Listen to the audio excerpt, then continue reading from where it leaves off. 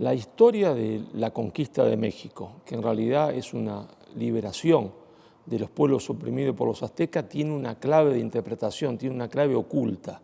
Esa clave oculta que la historia negrolegendaria se ha encargado de que nadie la conozca, es que la conquista y el nacimiento de México es una historia de amor. Y en esa historia de amor hay una clave oculta que es la existencia de una mujer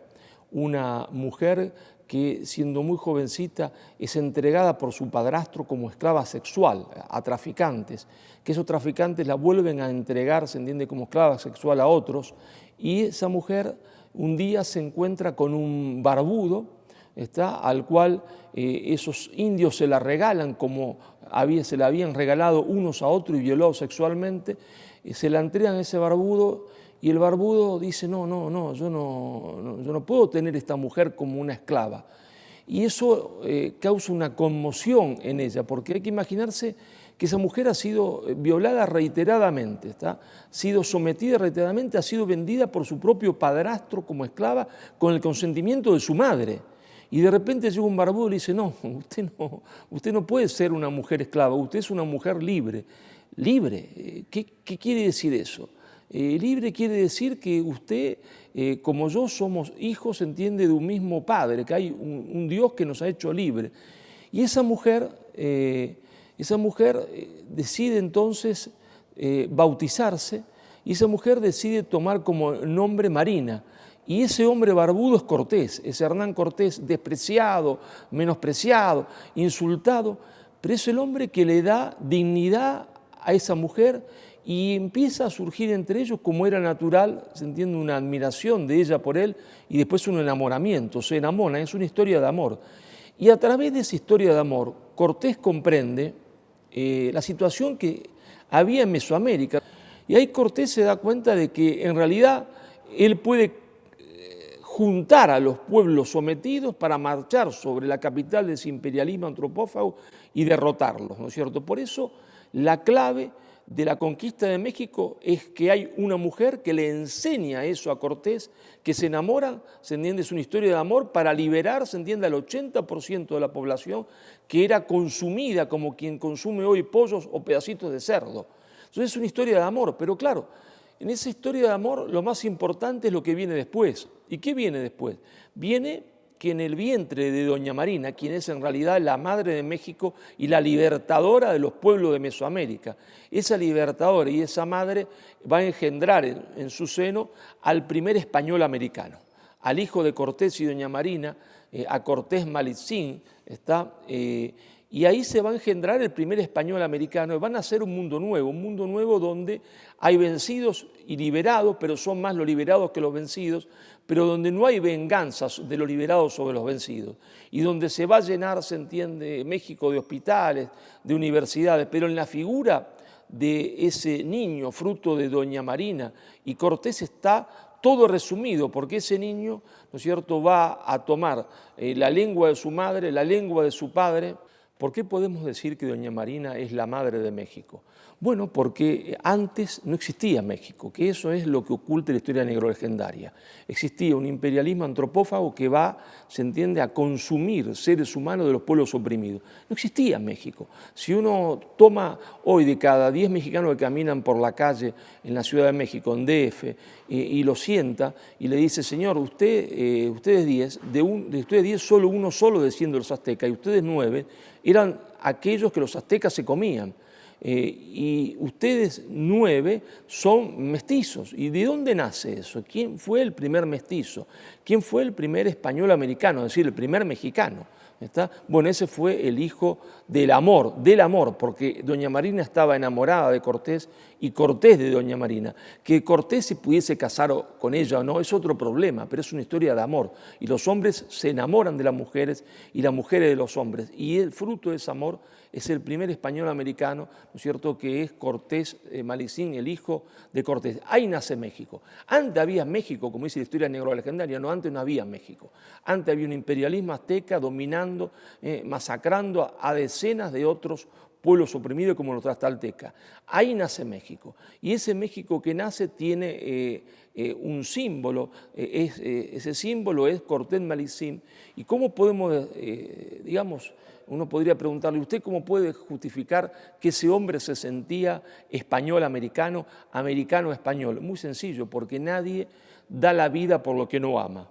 Nadie da la vida por lo que no ama. Y para él se entiende el imperio era su patria, España, pero España entendido como una España que comenzaba en los Pirineos y terminaba, se entiende, en las costas del Pacífico, o una Hispanoamérica que comenzaba en los Pirineos y terminaba en la costa del Pacífico. Esa España, que no es la España actual, que es un pedacito nada más de lo que fue España, por esa España que era todo, él arriesga su vida, porque cuando se produce la última rebelión musulmana, rebelión que de haber triunfado, hoy los españoles se olvidan de todo, no tienen memoria histórica, porque le han quitado su historia, le han arrancado su historia. Si esa rebelión musulmana triunfaba, abría las puertas para una nueva invasión musulmana otomana, esta vez conducida por el imperio turco, mucho más eficiente, mucho más poderoso que el anterior imperio islámico.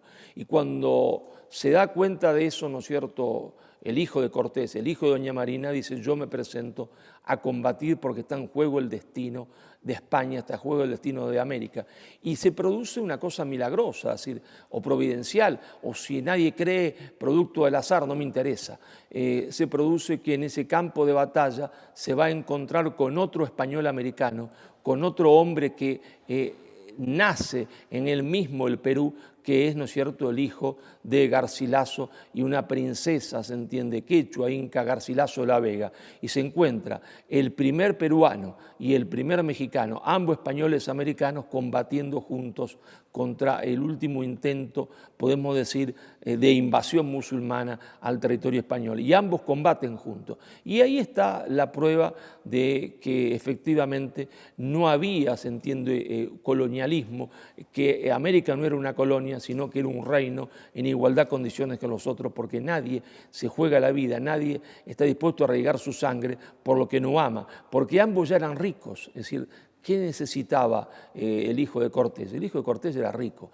el hijo de Cortés era caballero de la Orden de Santiago, y el hijo de Garcilaso era rico, su tío le había donado una fortuna, a un mestizo, ya no necesitaba pelear por unas monedas, ya eran ricos y prestigiosos, y que aunque necesidad arriesgar su vida a esa edad, porque la patria era el imperio. Bueno, la gente tiene que preguntarse una cosa: ¿cómo es posible que 300 hombres, 300 miserables, porque no saben dónde van, no tienen GPS, no van ahí, voy a Tenochtitlán y el GPS dice doble a la derecha, doble a la izquierda, 300 tipos que no saben dónde van, que no saben dónde están, pudieran derrotar un ejército de 200.000 hombres que conoce perfectamente el terreno. Si los norteamericanos no han podido nunca dominar Afganistán teniendo todo lo tan de ellos, ¿cómo es posible, se entiende, que por más armas que tuviesen modernas de la época, arcabuces que tardaban un montón en cargarse unos a otros, hay una clave de interpretación que en realidad siempre se oculta, que nos las enseñó Vasconcelos, es que la conquista no las hacen los españoles, la conquista la hicieron los indios. Los indios oprimidos por los aztecas marchan junto con Cortés y derrotan, se entiende, el imperialismo azteca. Si el imperialismo azteca tenía 200.000 hombres, la relación de amor entre Cortés y doña Marina hizo que pudiesen comunicarse, porque ella sabía 5 lenguas, con los otros pueblos oprimidos y formar un ejército de 300.000 hombres. Y entonces 300.000 derrotan a 200.000. ¿Pero qué son los 300? Los 300 son nada más que 300 valientes dispuestos a conducir un ejército. Pero la entrada triunfal a Tenochtitlán es la entrada triunfal de aquellos pueblos que habían sido oprimidos por los aztecas. Y que se produce un milagro. El milagro se entiende que Cortés logra pararle la mano y dice: señores, acá comienza una historia nueva, van a ser México. Y el ejemplo, se entiende, fundamental de nacimiento de México, el símbolo, es la unión de amor entre doña Marina y Cortés, que en el vientre de doña Marina se va a engendrar, producto de su historia de amor, el primer español americano, el primer mexicano, que es Cortés Malicín. Claro, Vasconcelos nos da una clave de interpretación fundamental, ¿no es cierto?, siempre oculta. La conquista la hicieron los indios. Y esto hay que pensarlo, ¿no? Porque Uno se lo puede explicar a un muchacho a los 6 años en la escuela e incluso en la universidad. Escúcheme, la conquista lo hicieron los indios. Y el tipo se cae de culo. Dice, ¿cómo es posible? Sí, porque ¿cómo va a ser posible que 300 vencieran a 200.000? Que un pequeño ejército de 300 hombres venciera a un ejército de 200.000 hombres. Porque la conquista la hicieron los indios. Los indios hacen la conquista en México y hacen la conquista en el Perú. Es decir, la gran falacia que se dice a los españoles, a los franceses, a los argentinos también, a los colombianos, pero los indios. Pero los indios no quiere decir nada. Es como yo digo los europeos. ¿Qué quiere decir los europeos? Nada quiere decir, porque los alemanes entraron marchando a París y los masacraron, y a su vez los franceses después masacraron a los alemanes. Nada, durante siglos, no quiere decir nada. Quiere decir que había muchísimas naciones, donde una oprimía a la otra, y donde Cortés logra que las naciones oprimidas se junten para marchar contra la nación opresora. Y entonces son los indios, claro, los pueblos oprimidos por los aztecas, los que liberan, se entiende, a todos los que después vamos a llamar mexicanos, de esa opresión del imperialismo antropófago azteca. Y ahí nace un mundo nuevo, pero la segunda clave de interpretación que destruye la leyenda negra es que si los indios hacen la conquista, la independencia la hacen los españoles, porque los que se van a poner de pie contra la monarquía española no son los indios, son los criollos, que en realidad quieren quedarse con la tierra de los indios. Porque ¿qué había pasado? Había pasado el mestizaje, la creación de universidades, la creación de hospitales, pero también que los españoles, es decir, Cortés, porque Cortés es el que crea México, es el padre de México. Si doña Marina es la madre, Cortés es el padre de México. Dice, señora, acá vamos a respetar las propiedades que cada uno tiene, se van a respetar. Y se respeta la propiedad de la nobleza, se respeta las propiedades comunales de los indios. Y claro, y esto siguió así durante 200 años. Y cuando viene la Revolución Francesa y empieza a decir, bueno, pero el tema de la propiedad privada, empieza a pensar los criollos, es más lindo que la propiedad comunal, porque si todo es propiedad privada, nos podemos quedar con la propiedad comunal. Y entonces ahí está la clave de todo. La independencia es el artilugio de un par, se entiende, de españoles, de hijos de españoles, de nietos de españoles, para decir, ahora nos vamos a quedar con toda la tierra comunal de los indios. Vamos a poner el código napoleónico, el liberalismo, la propiedad privada. Y entonces la independencia en realidad la hacen, se entiende, los españoles, no los indios, los españoles. Los españoles que quieren quedarse con la tierra de los indios. Y claro, no se la pueden quedar de golpe todo. Y así con sucesivas reformas, mal llamadas reformas, se van terminando creando con toda la tierra de los indios y creando una nueva oligarquía con la tierra de los indios. Y eso pasó en toda Hispanoamérica. Por eso tiene razón Vasconcelos, la conquista la hicieron los indios y la independencia la hicieron los españoles. Hay un misterio, que es el misterio del criador de cerdos, que conquista, se entiende, un imperio, ¿no? Despectivamente han hecho que un hombre, un gran hombre, sea, se entiende, solo un criador de cerdos. Bueno, tomémoslo, es cierto, era un criador de cerdos. ¿Y qué? Ese criador de cerdos tenía valores, ese criador de cerdos tenía valentía. Ese criador de cerdos desembarca en el Perú, era Pizarro. Y lo mismo que había pasado en México con Cortés, se dan cuenta que hay un montón de pueblos que están siendo oprimidos por un imperialismo brutal, que es el imperialismo de los incas, que han conquistado a otros pueblos en un proceso de expansión extremadamente violento. Yo me acuerdo, estaba un día en un museo del Perú, ¿no? Y entonces la chica, muy contenta, iba mostrándome todas las piezas ahí que había de los incas y estas cosas de oro. Y de repente pasa delante de una estantería, no sé, se dirá estantería, bueno, qué sé yo, lo que fuese, en un museo, y no quiere detenerse sobre eso. Digo, señorita, ¿por qué no nos detenemos acá? ¿Y qué había ahí? Había como una especie de vaso, o cuenco, qué sé yo cómo se llamará eso. Y entonces le digo, señorita, ¿qué es ese cuenco? No sé. ¿Por qué no nos acercamos un poquito? Ese cuenco era como un vaso, era un cráneo humano. ¿Y usted sabe qué hacían con ese cráneo humano? Con ese cráneo humano los incas bebían chicha, era un cráneo humano de los vencidos, y bebían chicha delante de los hijos de los vencidos para que los vencidos supiesen lo que le iba a pasar si algún día intentaban rebelarse como sus padres. Y señorita, escúcheme, no se vaya. Y ahí, ¿qué hay? Hay un tamborcito, sí, un tamborcito. Y le digo, ¿de qué está hecho ese tamborcito? ¿De qué piel? Y debe ser piel de jaguar, piel de llama. No, le digo, no es, fíjese bien, no es piel de jaguar, ni de llama, ni de alpaca, ni de vicuña, está hecho con piel humana, porque los incas hacían tamborcitos con piel humana y tambores, grandes tambores con piel humana, también para hacérselo tocar a los hijos, se entiende, de los vencidos.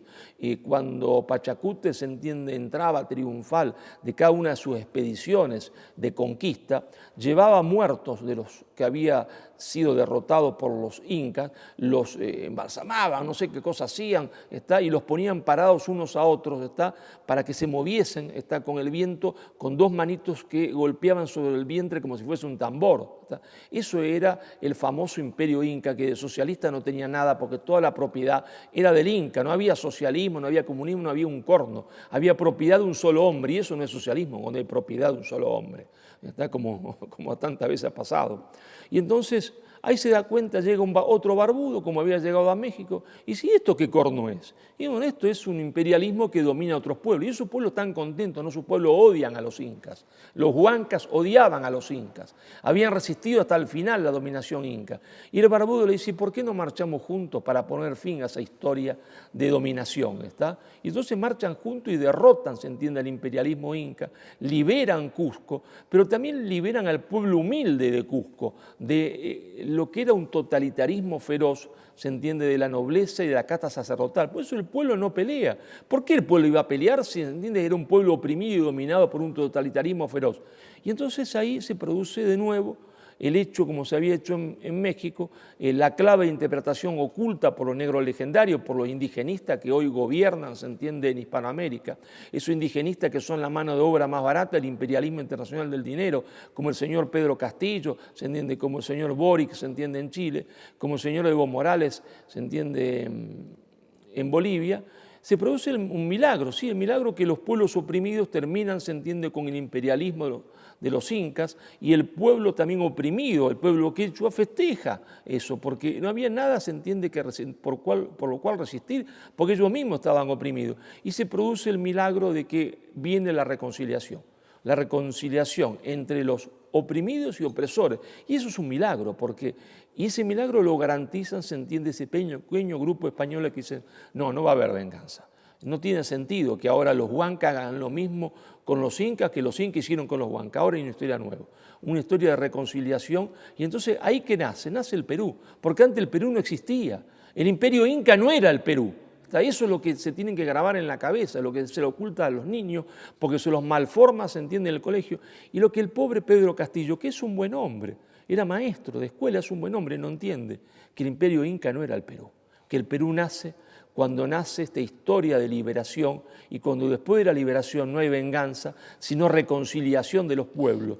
Y es la reconciliación de los pueblos, la reconciliación de los huancas con los incas y de las otras naciones que integraban el Perú, la reconciliación entre oprimidos y opresores, lo que va a crear, se entiende, el Perú, y no antes no existía el Perú. Si nosotros miramos el mapa de Estados Unidos y vemos Los Ángeles, Sacramento, San Diego, San Antonio, San Francisco, eso no nos dice nada. Es decir, salvo que uno tenga una cabeza completamente vacía o que se haya acostumbrado a no pensar por estar todo el día jugando con el WhatsApp, ¿se entiende?, Facebook o qué sé yo ahora, TikTok, salvo que uno no se haya acostumbrado a pensar, no nos dice nada que las ciudades se llamen San Francisco, Sacramento, Los Ángeles, San Diego, San Antonio, Los Álamos, no nos dice nada. Sí, nos dice mucho. Es la gran clave de interpretación. Nos dice que la mitad de Estados Unidos fue Hispanoamérica. La mitad de Estados Unidos de sus ciudades más importantes y de sus estados más ricos, fueron, se entiende, liberadas e incorporadas a la cultura por un pequeño grupo de hombres, y fundamentalmente no soldados, sino unos tipos bajitos, flaquitos, casi miserables, que iban de lugar en lugar, diciéndole a los indios que había un mensaje nuevo, que había una buena nueva, creando misiones para esos indios. Y esos indios se hicieron católicos, y esos indios hablaron español. Nosotros vemos las películas, ¿no? Yo me acuerdo, yo me crié viendo películas norteamericanas, me fascinaba, a mí me fascinaba. Había un solo canal, dos canales había en Rosario, yo nací en Rosario, Y en Rosario, al lado del río Paraná, había 2 canales, Canal 5 y Canal 3. Y a la tarde había películas todas norteamericanas. Y entonces yo me fascinaba viendo las películas de la conquista del oeste, ¿no? Y los cowboys masacrando y luchando valientemente contra esos indios sanguinarios, y después, por supuesto, el ejército norteamericano, con mi héroe máximo que era Custer. Pero mi héroe máximo era un asesino. Mi héroe máximo era un asesino. Esos caibos que eran mis héroes, esos vaqueros que eran mis héroes, eran un asesino. Un asesino se entiende de indios que hablaban español. Porque yo veía, me acuerdo, veía una serie que a mí me fascinaba, no me perdía ningún capítulo, pero aparte los capítulos eran semanales, uno tenía que esperar de un miércoles a otro miércoles y acordarse lo que había pasado el miércoles pasado. Que me veía el Gran Chaparral, ¿no? Y en el Gran Chaparral era el estereotipo de toda la conquista negra. En el Gran Chaparral está resumida toda la conquista negra. Estaba el emprendedor norteamericano, ¿no es cierto?, ¿no? El dueño del rancho, Cannon, el emprendedor, y que se había casado con una mexicana, y el hermano de la mexicana era Manolito Montoya, que era el típico, se entiende, español americano, mujeriego, vago, atorrante, borracho, inútil para todo salvo para tocar la guitarra y conquistar mujeres. Y después estaban los indios asesinos que atacaban siempre al Gran Chaparral. Pero claro, lo que yo no sabía, que esos indios asesinos en realidad a ellos le habían quitado sus tierras, y que esos indios asesinos como Jerónimo, el solo nombre de Jerónimo ya producía terror, ¿no? Viene Jerónimo. Ese Jerónimo llevaba colgado un rosario. Y entonces nadie se pregunta, yo tampoco me lo preguntaba, porque yo como cualquier otro, como usted, como cualquier otro, era un colonizado cultural, un subordinado cultural. ¿Cómo se llama Jerónimo? ¿Por qué no se llama un nombre indio? No, se llama Jerónimo porque ese muchacho fue bautizado. Porque ese muchacho fue bautizado porque era católico, porque hablaba las 2 lenguas, la lengua de su madre y el español. Y Jerónimo era un hombre, se entiende, que al final de sus vidas dicta sus memorias. ¿Y en qué la dicta? En una lengua indígena, en apache, dicta sus memorias, la dicta en chiricahua. No la dicta en chiricahua, que era un dialecto de los apaches, la dicta en español, porque esos indios eran españoles. Y eso mismo que se nos ha ocultado a nosotros, también se lo ocultó a los norteamericanos. O sea, vamos a ser condescendientes con el pobre norteamericano común, porque el tipo común de los Estados Unidos, ¿qué culpa tiene? No sabe nada. No sabe nada como tampoco sabemos nosotros. Él cree que siempre sus territorios fueron norteamericanos, creen que los indios fueron siempre salvajes asesinos. Cuando ese gran periodista Loomis empieza a caminar, ¿no es cierto?, del este al oeste y se va hasta Los Ángeles, California, y empieza a encontrarse y dice, ¿pero qué es esto? Acá había iglesia, había casa, había misiones. Estos indios todavía hablan no español, no hablan ni apache ni chiricahua, hablan español. Se da cuenta que lo habían engañado, se dan cuenta del gran engaño universal que implicó, se entiende, la leyenda negra, la tergiversación de la conquista española de América, la más grande fake news de la historia, sintetizada, hecha política de Estado por Inglaterra y después por los Estados Unidos. Y entonces, claro, no nos dice nada que Los Ángeles, San Francisco, California, Santa Fe, la ciudad de Santa Fe, que otro estado se llame Nuevo México. Y sí, nos dice mucho, nos dice que esos fueron territorios hispanoamericanos, arrebatados a México, se entiende, por la fuerza. Y ahí hay un personaje que habría un día que sacarlo, se entiende, de su pedestal, que es Humboldt, porque Humboldt pasa por un tipo extraordinario y era un sinvergüenza. Es la verdad, Humboldt era un sinvergüenza. ¿Sería un gran científico? Sí, sería un gran científico. Sabía mucho, pero era un sinvergüenza, porque ese Humboldt juró que toda la información que le daban los mexicanos era secreta y que nunca la iba a revelar. Y lo primero que hace cuando se entrevista con Jefferson es decirle, mirá, Jefferson, acá tengo todos los mapitas lindos para que vos puedas invadir tranquilamente y por dónde caminar tus ejércitos sin ningún problema. Y entonces los Estados Unidos, que en realidad, ¿qué eran? Nosotros nos lo veíamos, eran una pequeña salchichita, un choricito, ¿entre qué? Entre el Atlántico y los Apalaches. Ellos deciden hacer un estado-continente, un estado del Atlántico al Pacífico, pero había un problema. En el medio estaba España, en el medio estaban, se entiende, los pueblos, los apaches, los otros pueblos indígenas, y entonces, ¿qué había que hacer? Bueno, eliminarlos, se produce la independencia de México, de un México cuya independencia, ahí intervienen los norteamericanos y intervienen los ingleses, una clase corrupta que va a estar cooptada por Poinsett, que es una especie de embajador plenipotenciario sin nombre en México, que les ofrece a los mexicanos comprarle la mitad del territorio. Los mexicanos, porque hay un emperador que tiene cojones, dice, no, ¿cómo les voy a vender la mitad del territorio?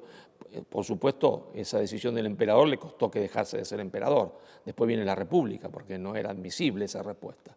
Y esos de la República van a dejar hacer. ¿Qué van a dejar hacer? Que los norteamericanos se instalen en Texas, compren propiedades, dejan hacer. Son unos traidores de México. Eso es lo que a los mexicanos se les oculta, que los llamados primeros patriotas de la República son traidores a México porque dejan que los norteamericanos compren las tierras, se entiende, de Texas, instalen ahí y después ¿qué? Después declarar Texas independiente. Por supuesto, no, los norteamericanos y nosotros no tenemos nada que ver. ¿Qué tenemos que ver con eso? Son los propios tejanos que se sublevan contra una dictadura espantosa. ¿Cómo es eso? Ustedes no tienen nada que ver, son los tejanos solos que se instalan ahí, claro, solo los tejanos, nosotros nada que ver, y entonces hacen sus películas como las hacen siempre, que yo también las veía todas, mi héroe era John Wayne, ¿no? Entonces, El Álamo, ¿no es cierto? ¿No? Y ahí están los pobres tejanos cercados por los crueles mexicanos y llega, ¿quién llega? John Wayne, que es un voluntario de Kentucky, no es los Estados Unidos, por supuesto los Estados Unidos intervienen, son voluntarios de Kentucky que van, se entiende, a ayudar a los tejanos a liberarse de los crueles mexicanos. Pero ese territorio era mexicano, ¿qué derecho tenían ellos a independizarse? Si habían comprado tierra y habían invadido. Pero ahí está John Wayne, y no es cierto, y esa película fantástica que hace él mismo, porque creo que la paga él. Porque era un patriota norteamericano, hay que reconocerlo, y bueno, defendía lo suyo. No es malo que él defienda lo suyo, es malo que yo no defienda lo mío, mi versión, que él haga la suya y yo hago la mía. Y entonces en esa versión que hace él, ¿no es cierto?, son los héroes, los mexicanos son terriblemente crueles y espantosos, y aparte de feos. Y entonces nos olvidamos que eso después va a permitir la guerra de Estados Unidos contra México, la derrota total, se entiende, del ejército mexicano, la firma del Tratado de Guadalupe Hidalgo, por el cual Estados Unidos le arrebata a México el 62% de su territorio, 2.740.000 kilómetros cuadrados. El estado de California, el estado, se entiende, de Texas, definitivamente, Arizona, Nuevo México, parte de Colorado. Pero, ¿qué le arrebata? ¿Le arrebata un pedacito de desierto gigantesco? No, le arrebata California. Y por casualidad, solo por casualidad, 3 meses después que se produce la liberación de California, es decir, el robo de California por parte de los Estados Unidos a México y su incorporación a la Unión, porque tenía una banderita California con un osito, por casualidad, solo 3 meses después, solo por casualidad, se descubren las minas de oro de California, que convierten a los Estados Unidos en el principal exportador de oro del mundo. Y con eso Estados Unidos financió su industrialización. Pues uno se pregunta, ¿qué es la industria? ¿Cómo se industrializa un país? Bueno, tiene que tener hombres y máquinas, pero las máquinas son capital. Si no hay capital, no compro máquina. ¿Y dónde sacaron el capital para comprarle la maquinaria a Inglaterra, que era el único que producía máquinas, para convertirse después en la primera potencia industrial del mundo, aplicando proteccionismo económico? La sacan, se entiende, del oro de California, porque es la primera vez que Estados Unidos tiene una balanza comercial que no es deficitaria. Año tras año, si abrían la economía, tenían balanza deficitaria. Si la cerraban, no. Y cuando la abrían, no sabían qué hacer. Y por primera vez no tienen balanza comercial deficitaria con el oro de California.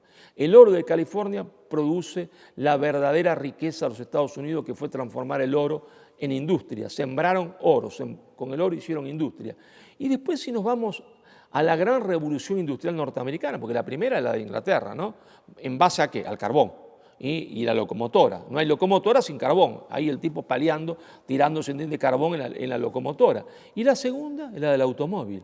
El automóvil no va a carbón, el automóvil va a petróleo. ¿Y dónde saca Estados Unidos su petróleo? Se convierte en el principal productor de petróleo del mundo. Lo saca de Texas, es decir, de nuevo, del territorio que había sido mexicano. Es decir, que la riqueza de Estados Unidos la riqueza de Estados Unidos se la deben a México, se la deben a España, se la deben a lo que en realidad nunca debió dejar de llamarse así, a la Nueva España. Y entonces pongamos las cosas en claro. Esos nombres nos dicen todo. Nos dicen que el subdesarrollo de México no está en la conquista, porque cuando México se independiza era mucho más importante que los Estados Unidos. La Ciudad de México solo era equiparable a la Ciudad de Londres o a la Ciudad de París. Su desarrollo de México viene después, viene con la negligencia de la clase política mexicana, que no fueron ni capaces de guardar la herencia recibida, como aquellos hijos o nietos que reciben un emporio industrial del padre que se mató la vida trabajando y ellos se la dilapidan toda. Eso hicieron la clase política mexicana. Se dilapidaron la herencia recibida, permitieron que se quedara Estados Unidos con el 60% de su territorio, con el oro de California y con el petróleo de Texas. Solo la verdad nos hace libre, la mentira nos hace esclavo. Entonces, si uno quiere ser libre, debe decir la verdad. Si un pueblo quiere ser verdaderamente libre, y no es libre porque uno va a tomarse, se entiende, una caña, un vino, y se va de farra toda la noche. No, si uno quiere ser libre, la libertad tiene como base la verdad. Si uno no dice la verdad, no es libre. Solo la verdad nos hace libre. Pero a su vez hay que tener coraje para decir la verdad, porque solo es libre el hombre que no tiene miedo. Solo son libres los pueblos que no tienen miedo. Y entonces lo que estamos viviendo, y se va a acelerar, es el intento de establecer una dictadura mundial sobre todos los pueblos del mundo. ¿En base a qué? A la falsificación de la historia, a la mentira. La raíz, se entiende, de la dictadura que vamos a vivir es la mentira histórica. Si nosotros no queremos ese destino, queremos seguir siendo hombres libres, solo podemos afirmarnos en la verdad. Y en la verdad primera que no hubo conquista española de América, sino que hubo liberación. La verdad primera que hubo una primera globalización basada en dos conceptos que nunca más volvieron a aparecer en la historia, la idea de justicia y libertad.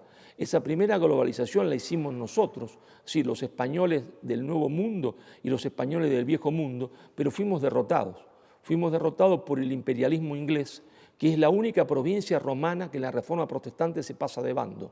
Y a ellos no les interesaba ni la justicia ni la libertad, ¿está? Porque ellos estaban basados en un concepto nuevo, una idea nueva, que solo tiende es útil lo que me hace ganar dinero, el famoso utilitarismo. No es útil ni la verdad, ni la justicia, ni el amor, solo es útil lo que me hace ganar dinero. Y ahí ellos crean un sistema económico, crean una justificación de su imperialismo, que es en realidad el que llega hasta el día de hoy. Hasta que llega hasta el día y nosotros fuimos derrotados. Y lo que se está planteando en el mundo es esta nueva globalización, ¿cómo va a ser? ¿Va a ser como la que hicimos nosotros, como la primera, basada en la idea de justicia y libertad? Sí, con errores, ¿no es cierto? Con hombres que cometieron crímenes, pero fueron juzgados. Con hombres, se entiende, que no cumplieron la ley, pero fueron juzgados, pero la ley existía. Y existía el concepto de justicia y libertad. O va a ser como la globalización que iniciaron los ingleses, basada solamente en el utilitarismo. Y entonces cuando yo me jubilo a los 65, capaz que a los 70 ahora, o después a los 75, y ya no soy más productivo, no sirve para nada y me tienen que tirar, se entiende, por la borda como si fuese yo un trapo sucio. Lo que está en juego es el futuro, pero el futuro se juega en el pasado. Quien controla, se entiende, el pasado, quien descubre el pasado, puede, se entiende, construir el presente, y construir el presente quiere decir salvar el futuro. Por eso escribimos libros, por eso hacemos películas. Hacemos películas no solamente para discutir sobre el pasado. ¿Qué sentido tendría discutir sobre el pasado si ese pasado no nos sirviese para construir el futuro? Peleamos por el pasado porque peleando por el pasado estamos seguros que vamos a poder ganar y construir un futuro distinto para nosotros, para nuestros hijos y para nuestros nietos. Bueno, cuando me preguntan sobre la importancia de la historia y la leyenda negra y por qué, ¿no es cierto?, nos tiene que interesar y qué consecuencias tiene hoy, yo siempre digo, bueno, imagínense, le digo a los amigos que me escuchan, ya me acompañan a las conferencias, se aburren, pero bueno, yo siempre cuento lo mismo porque creo que es eficiente. Imaginemos que hay una chica que se va a casar con un muchacho, que están enamorados, se van a casar dentro de 15 días y para festejar esto van a un bar, van a un restaurante, salen del restaurante y un malviviente le pega un golpe por la cabeza a ella y le pega un golpe por la cabeza a él. Quedan tirados en el piso, pierden la memoria, se levanta la chica que está enamorada de ese muchacho. Claro, como no va a estar enamorada si se iban a casar, ya han programado dónde van a ir a vivir, tienen su hipoteca, se van a ir de vacaciones a las Islas Seychelles. Se levanta, está el malviviente al lado, ya perdió su memoria, y le dice que ese tipo que está al lado la violó a ella, que él la salvó, se entiende, de que la matara, pero que la violó, pero que además de violarla a ella, ha violado a su mamá, ha violado, se entiende, a su hermana, y le ha robado la tierra a sus padres. Ella no tiene memoria, él está construyendo su memoria, su historia, y lo que era una historia de amor se transforma en una historia de odio, porque ahora ella va a odiarlo a él. Entonces se levanta y huye, y cuando huye dice, bueno, a lo largo pasa el tiempo, crea una nueva familia, pero en esa nueva familia le va a decir que ese muchacho es un desgraciado, un asesino, un violador, es lo peor, que ha arruinado a su familia, hasta que la ha arruinado de forma completa. Claro, y lo que era una historia de amor se transforma en una historia de odio. Eso hace la leyenda negra. La leyenda negra transforma una historia de amor en una historia de odio en los pueblos hispanoamericanos. Pero ¿qué pasa con el muchacho cuando el muchacho se levanta? Un muchacho se levanta, también perdió la memoria. Y ahí está el malviviente, ¿no? Y entonces el malviviente le dice, mirá, vos sos un desgraciado. ¿Yo qué hice? Y vos violaste mujeres, asaltaste, robaste, asesinaste. Puta, dice el tipo. Todo eso he sido yo. Sí, sí, vos fuiste todo eso. Fuiste un asaltante, un violador, un asesino. Carajo, dice el tipo. Empieza, si en ella se engendra odio, en él se engendra una especie de sentirse mal, un trauma, un gigantesco trauma por lo que ha hecho, porque él sabe que eso que ha hecho está mal. Pero él no ha hecho eso, es el malviviente, Inglaterra, que es el que ha falsificado la historia, la que le ha mentido a ella y a él, pero es Inglaterra la que secretamente ha construido la historia de los pueblos hispanoamericanos, como decía Scalabrini Ortiz. Nada se entiende sin resorte oculto de la diplomacia inglesa y de las maniobras inglesas. Y entonces el hombre queda traumado y ella con odio. Y después ese hombre también tiene hijos, tiene nietos, tiene bisnietos. Y la cosa más vergonzante es que esos bisnietos van a asumir esa historia. Y se van a creer que su abuelo o su bisabuelo fue un asesino, un violador, y van a decir, cuando vayan a México, no, yo no tengo nada que ver con eso, no tengo nada que ver ni con Cortés, y los que vayan a Perú van a decir, yo no tengo nada que ver con Pizarro. Pero pedazo de imbécil, ¿cómo vas a decir eso? Estás insultando a tu antepasado, porque esos antepasados no fueron ni violadores ni asesinos, construyeron un mundo nuevo. Avivate, que han falsificado la historia, ¿está? Y entonces lo que se produce es un gigantesco divorcio, pero divorcio que es intencional, para que no se entienda que nada separa a América de España, a España de América, porque si nos aviváramos y supiésemos que nada nos separa en un mundo que camina a construir grandes ecúmenes culturales que en algún momento van a ser grandes ecúmenes políticas, nosotros volveríamos a ser lo que siempre fuimos en la primera etapa de la globalización, es decir, el principal, se entiende, no era Estado, llamémoslo como quisiéramos, Estado, imperio, el principal poder del mundo. Y por lo tanto, como no quieren que volvamos a hacer eso, porque a su vez eso terminaría con nuestro subdesarrollo y nuestra pobreza, entonces nos mantienen divididos y nos mantienen divididos a través de la falsificación de la historia. Por eso la leyenda negra es el huevo de la serpiente.